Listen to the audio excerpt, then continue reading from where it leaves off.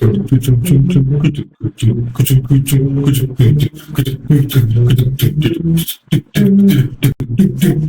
lima. Oke, selamat datang di podcast 45. Walaupun berempat, semangat tetap 5. 5. Oke, kali ini kita berempat bakal ngobrol nih. Mengenai apa nih? Mengenai apa yang bisa kita lakukan untuk PU.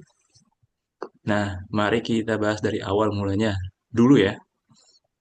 Yaitu untuk membangun PU kita harus mempunyai wawasan kebangsaan dan bela negara. Bagaimana nih pendapat dari kalian-kalian? Ya, kalau kita ngomongin soal wawasan kebangsaan nih ya, kan berarti cara pandang kita terhadap bangsa dan negara ini ya. Yang terpenting tuh di wawasan kebangsaan kan ada 4 pilar, Pancasila, UUD 45, NKRI, sama Bhinneka Tunggal Ika itu menjadi pedoman kita sebagai ASN. Nah, gimana kita kaitkan ini buat Kementerian Pekerjaan Umum ini? Jadi kan PU ini pada dasarnya ini dia langsung menyentuh ke kehidupan masyarakat ya. Garda terdepannya infrastruktur di Indonesia. Jadi kalau misalkan ngomongin dari Pancasilanya, kita harus ingin pembangunan yang berkeadilan, memberi manfaat bagi seluruh rakyat. Ya, gitu. Kalau UUD 45 jadi landasan hukumnya, jadi kita nggak boleh melenceng dari apa yang udah ada di pedoman kita gitu. Kalau dari sisi keutuhan NKRI-nya, jadi pembangunan ini, infrastruktur ini kita menjadi pengikat ya antara jalan, jembatan, ataupun bendungan itu menjadi menghubungkan kita semua gitu. Kalau dari sisi Bhinneka Tunggal Ikanya, kita sebagai eh, PU ini nggak memandang suku, agama, ras. Jadi infrastruktur ini menyatukan keragaman yang ada di Indonesia sebagai kekuatan kita bersama. Wow, wow, wow, wow. So good, so good. That's a good statement. Oke, oke, oke, oke. Dari gimana nih? Dari yang lain deh. Ya, jadi ke wawasan kebangsaan kan pada dasarnya itu dalam konteks PNS ya, Kak, sebagai kita sebagai PNS nih, itu berkaitan dengan peranan PNS dalam mewujudkan tujuan negara dan menjunjung tinggi nilai kebangsaan dalam kehidupan bermasyarakat dan bernegara. Jadi wawasan ini juga bertujuan untuk membentuk kita sebagai PNS nggak hanya profesional, tapi juga melaksanakan apa? Melaksanakan tugas dengan memiliki rasa kebanggaan dan tanggung jawab terhadap kemajuan bangsa.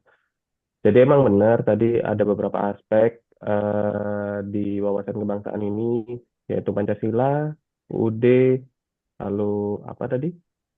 Pokoknya ada dua aspek lainnya itu. eh Ya, itu emang tujuannya untuk menjalankan amanah negara dengan penuh dedikasi sih dari PNS-nya. Penuh dedikasi, profesionalisme, dan rasa cinta tanah air. Jadi kita sebagai PNS, sebagai bagian dari aparatur negara itu diharapkan kelak bisa menjadi garda terdepan dalam menciptakan negara yang adil, makmur, sejahtera bagi seluruh rakyat. Ya mungkin itu aja sih tambahan dari saya. Nah, gimana, gimana? Mas Uzal, Dari saya gimana? bingung ini mau nambahin apa. Soalnya isinya udah daging Oh, banget udah dari daging banget ya. Mbak Oh iya, Severinya, iya, terus habis bener-bener. itu udah dibungkus dengan baik sama Mas Hido. Dan mungkin saya nambahinnya ya di kalau tadi kan Mas Ido tuh lebih ke PNS ya, PNS PU, ASN, ASN PU, mohon maaf. Jadi kalau saya mungkin secara umum saja, ya memang sebenarnya di maraknya era globalisasi ini sebenarnya banyak nilai-nilai yang sudah mulai pudar. Jadi memang harus ditingkatkan lagi dengan kondisi bangsa yang sekarang, sarut marutnya yang sekarang, justru sebenarnya ini bisa jadi titik balik yang sangat kuat apabila kita melihat lagi dan merefleksikan lagi, karena negara ini eh, kan memang berlandaskan dengan empat konsensus dasar ya, Pancasila, Undang-Undang Dasar 1945 NKRI dan Bhinneka Tunggal Ika. Jadi kalau memang eh, di tengah carut marut kondisi bangsa sekarang ini kita bisa melihat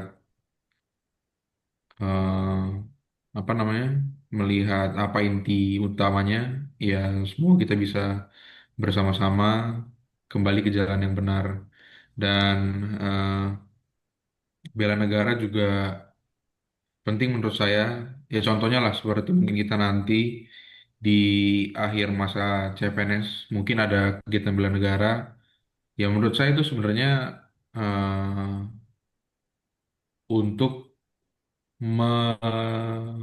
melengkapi lagi apa sebenarnya yang sudah kita ketahui tentang wawasan kebangsaan ini dan ditambahkan dari yang seharusnya sudah ditambahkan. Tapi mungkin ada yang belum karena pemahaman tiap orang beda-beda atau tingkat kedalaman pemahamannya beda-beda. Jadi mungkin kegiatan bela negara yang nanti kita akan nikmati juga bisa melengkapinya. Mungkin itu saja dari saya, Bapak host. Oh, oke, mantap banget. Emang statement-statement dari teman kita nih mantap-mantap ya. Ini aku sedikit menambahkan juga, berarti kita kan sebagai ASN juga harus bersikap profesional juga, kemudian kerja keras dan disiplin juga. Terus juga kita juga harus mengabdi penuh kepada negara dan juga berorientasi pelayanan gitu ya kepada rakyat Indonesia. Kemudian ingat sebagai ASN kita harus berakhlak. Nah, itu dia. Oh, oke. Nah, selanjutnya nih, bagaimana nih setelah dari kalian-kalian memaparkan wawasan kebangsaan dan bela negara untuk PU? Nah, kondisi PU sekarang tuh gimana sih? Gimana gimana? Ayo nih, mulai nih. Siapa yang mau ngomong nih? Oke, Bebas. ya udah deh. Jadi kalau menengok kondisi PU, PU ini kan termasuk kementerian yang vital ya dalam peranan pembangunan nasional ya. Jadi infrastruktur sendiri juga merupakan tulang punggung untuk kemajuan bangsa, khususnya pada bidang mungkin ekonomi dan infrastruktur ya. Jalanan menghubungkan wilayah-wilayah yang terpisah, bendungan menopang ketahanan pangan dan energi, serta adanya sumber daya air, serta adanya infrastruktur-infrastruktur lain yang mungkin dapat meningkatkan kualitas hidup masyarakat. Jadi peranannya tentu sangat vital, namun di peranan yang sangat vital itu tentu eh, selalu ada tantangan yang dihadapi oleh Kementerian PU ya. Antara lainnya ya mungkin kebutuhan infrastruktur yang makin kompleks, utamanya kita juga mewujudkan eh, IKOR ya, 608 dan segala macamnya itu. Jadi kita benar-benar dihadapkan dengan tantangan yang luar biasa ya di depan. Tapi mungkin eh, ya tantangan itu hadir untuk kita lalui gitu, bukan untuk kita takuti. Terus eh, adanya anggaran yang terbatas karena efek efisiensi yang kita hadapi saat ini. Jadi kita benar-benar ditantang untuk benar-benar kreatif dan mencoba untuk efektif efisien lah ke depannya nih untuk memajukan infrastruktur di bangsa kita ini. Mungkin itu sih. Ya, tim saya nambahin aja. Jadi apa yang disampaikan sama Mas Ido itu nunjukin bahwa PU ini menghadapi tantangan yang besar, kerjaan yang sangat apa ya, Banyak, banyak. banyak ya gitu. Tapi dengan tantangan seperti itu bukan yang malah bikin kita apa namanya eh, sedih atau tertekan gitu. Tapi ini saatnya untuk bangkit dan memperkuat diri. Nah, harus dijalani dengan langkah yang nyata. Kalau dikaitkan sama bela negara tadi ya, berarti kita harus tetap berintegritas, tetap eh, disiplin, gitu-gitu. Nah, itu salah satu yang bisa bikin PU semakin kuat gitu, menurut saya. Ya, mungkin nambahin sedikit, Mas Yuzal. Eh, menurut saya kondisi PU saat ini ya memang sudah sebagaimana PU seharusnya. karena Kementerian Pekerjaan Umum hadir untuk menjawab kebutuhan masyarakat dan negara. Ya, salah satunya mungkin saya bisa mengingatkan teman-teman tentang Asta Cita, eh, program khususnya Bapak Presiden dan Wakil Presiden. Ya, kita menjadi eh, apa ya, katalisator mungkin dari tercapainya program-program tersebut. Sorry, program-program tersebut mulai dari pembangunan desa, ketahanan pangan, yang mungkin memang sebenarnya itu lebih ke Kementerian Pertanian, tapi segala satu infrastruktur yang dapat mencapai ketahanan pangan itu kita yang sediakan, juga tentang energi dan air, segala sesuatu infrastrukturnya itu kita yang sediakan, juga pasokan air dan yang lainnya. Jadi memang PU tuh hadir untuk rakyat, untuk bangsa. Jadi segala sesuatu yang PU jalani sekarang di dengan semua tantangannya, seperti yang Mas Ido bilang tadi, mulai dari efisiensi, mungkin cukup berat di awal, tapi karena kita tahu kita bekerja untuk rakyat, kita semangat dan ikhlas menjalaninya. Gitu. Keren banget ya, statementnya keren. Keren, keren, keren. Nah, berarti memang PU itu memang menjadi garda terdepan ya untuk pembangunan infrastruktur di Indonesia. Jadi, maka dari itu kita harus bekerja keras, bergerak cepat, dan Bertindak bertindak cepat. tepat. Mantap. Bener sekali, Mas. Jangan lupa juga untuk jujur dan Berlaku. mengabdi penuh. Mengabdi penuh. Betul. Serta membela negara ya guys ya. Begitu. Untuk mewujudkan pembangunan infrastruktur yang menjadi lebih baik lagi, kita sebagai ASN PU harus melakukan apa sih untuk bisa membuat PU ini menjadi lebih baik lagi dan lebih kuat lagi ke depannya? Gimana nih guys?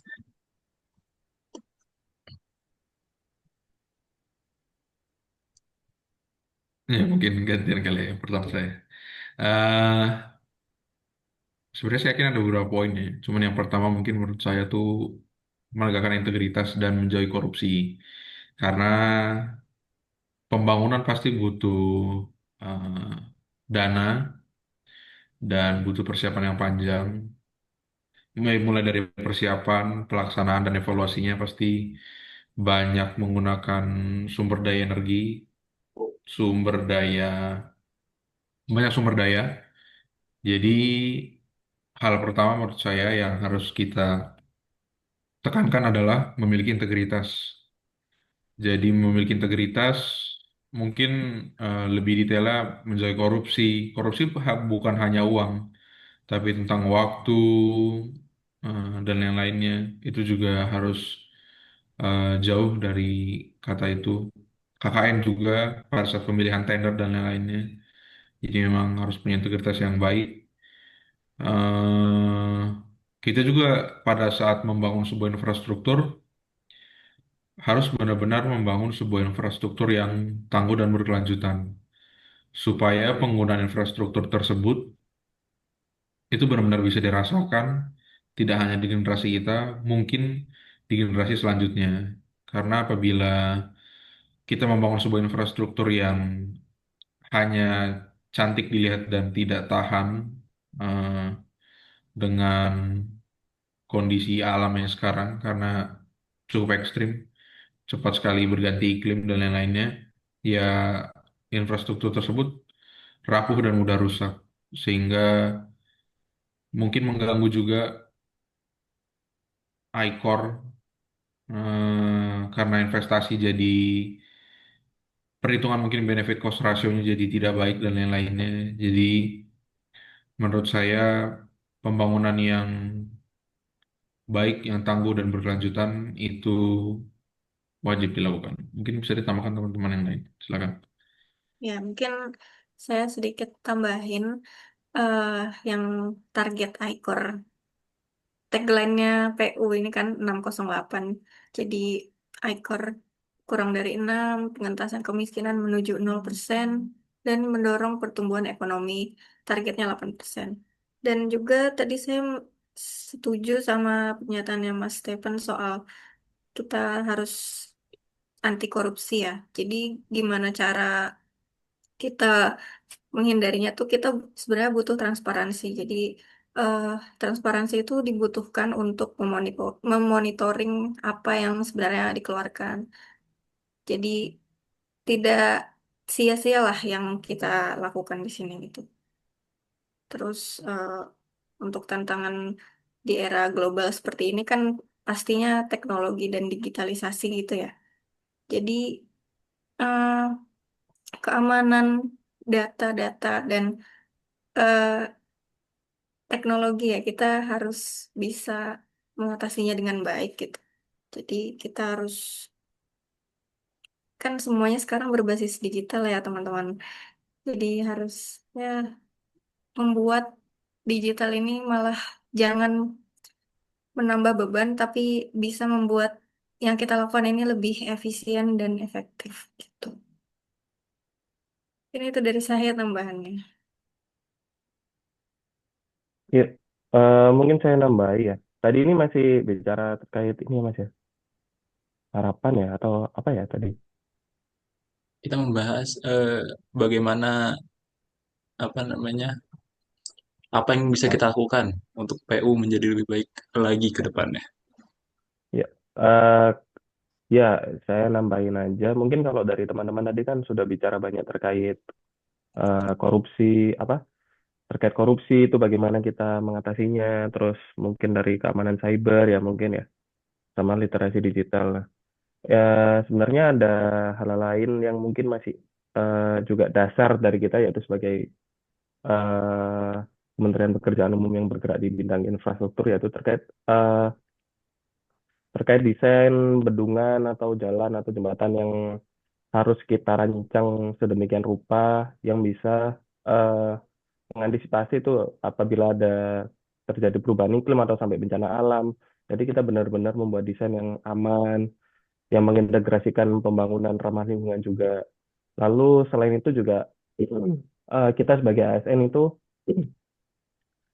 harus menghindari adanya konflik kepentingan. Eh, jadi kita itu harus benar-benar berintegritas ke depannya, juga harus anti gratifikasi juga ya ke depannya. Jadi benar-benar menegakkan nilai bela negara yang sudah kita pelajari sebelumnya dalam setiap mengambil keputusan ke depan. Dan juga kita juga harus mengutamakan kepentingan bangsa di atas kepentingan pribadi maupun kelompok. Adapun mungkin dari teman-teman tadi juga udah menyampaikan, kita juga ada tantangan baru nih, eh, target yang udah ibaratnya disampaikan oleh Pak Dodi Anggodo tuh selaku Menteri Pekerjaan Umum yaitu adanya 608 yaitu efisiensi investasi atau ICOR kurang dari 6, pengendasan kemiskinan menuju 0% dan mendorong pertumbuhan ekonomi dengan target 8% hingga tahun 2029 nanti. Nah, tentu itu menjadi tantangan yang luar biasa hebat untuk kita. Jadi kita benar-benar harus dari apa yang kita sampaikan tadi itu benar-benar harus eh, kita lakukan, kita bersinergi biar agar target yang sudah ditentukan oleh Bapak Menteri ini benar-benar bisa tercapai di tahun 2029 nanti. Ya mungkin itu aja sih Mas. Wah, oke oke oke. Bagus-bagus statement dari kalian dan kita semua. Ini aku sedikit merangkum ya. Berarti untuk mewujudkan PU 608 ini, kita berarti harus transparan, seperti yang teman-teman bilang, dan siap agar kita bisa mewujudkannya di kemudian hari di tahun-tahun ke depannya. Serta dalam semua proyek dan kegiatan, kita dapat menggunakan anggaran tersebut secara efisien dan efektif gitu ya, teman-teman. Kemudian memang di setiap pembangunan PU yang dibangun oleh kita ialah simbol dari komitmen ASN PU dalam melayani masyarakat agar dapat mewujudkan Indonesia yang maju. Kemudian kita sebagai ASN juga harus mempunyai sifat yaitu integritas, anti korupsi, dan anti gratifikasi. Dan yang terpenting adalah berorientasi pelayanan kepada masyarakat. Oke, mungkin sekian dari kami. dari kami semua dan pendapat kami semua. Semoga dengan podcast ini kita dapat mewujudkan tujuan bangsa ini menjadi yang lebih baik dari yang sebelumnya. Oke, sekian dari kami. Sampai jumpa di lain hari. Salam podcast 45. Walaupun berempat, semangat tetap 5. 5. 5. Eh. Terima kasih. Terima kasih. Terima kasih. Terima kasih. Terima kasih. Terima kasih.